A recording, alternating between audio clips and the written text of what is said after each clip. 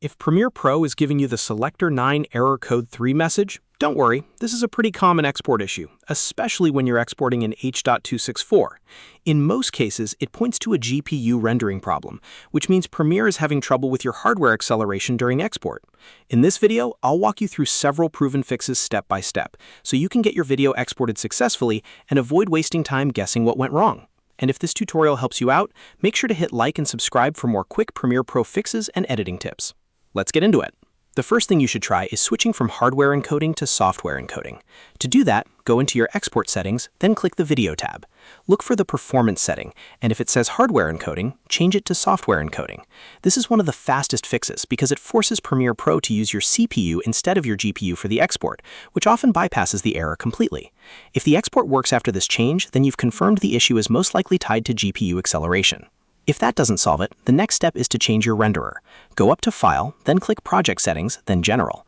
Inside the renderer settings, switch it from Mercury Playback Engine GPU Acceleration to Mercury Playback Engine Software Only. This changes how Premiere processes your project overall, not just the export, and it can help if the error is being caused by a graphics card conflict, driver issue, or a plugin that doesn't play nicely with GPU rendering. After changing it, try exporting again and see if the problem disappears. Another very effective fix is clearing your media cache. Over time, Premiere can build up old cache files that become corrupted or just get in the way of smooth exporting. To clear them, go to Preferences, then Media Cache, and click Remove Media Cache Files. When the dialog box appears, remove unused cache files so Premiere can rebuild them fresh.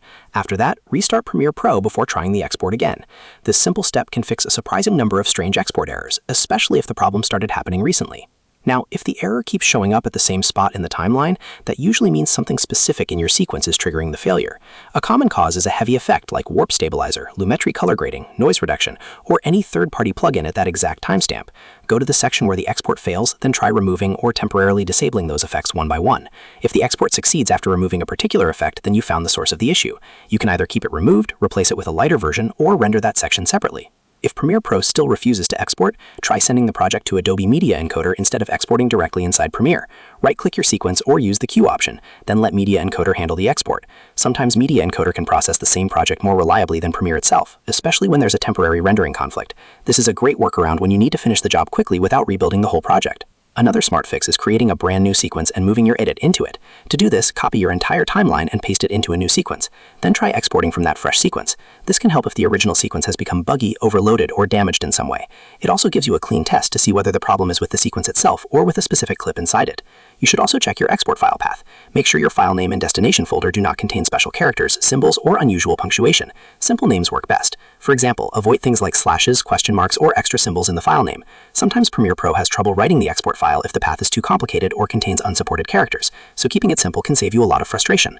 If you've gone through all of these steps, there's a very good chance your Selector 9 error code 3 issue will be fixed.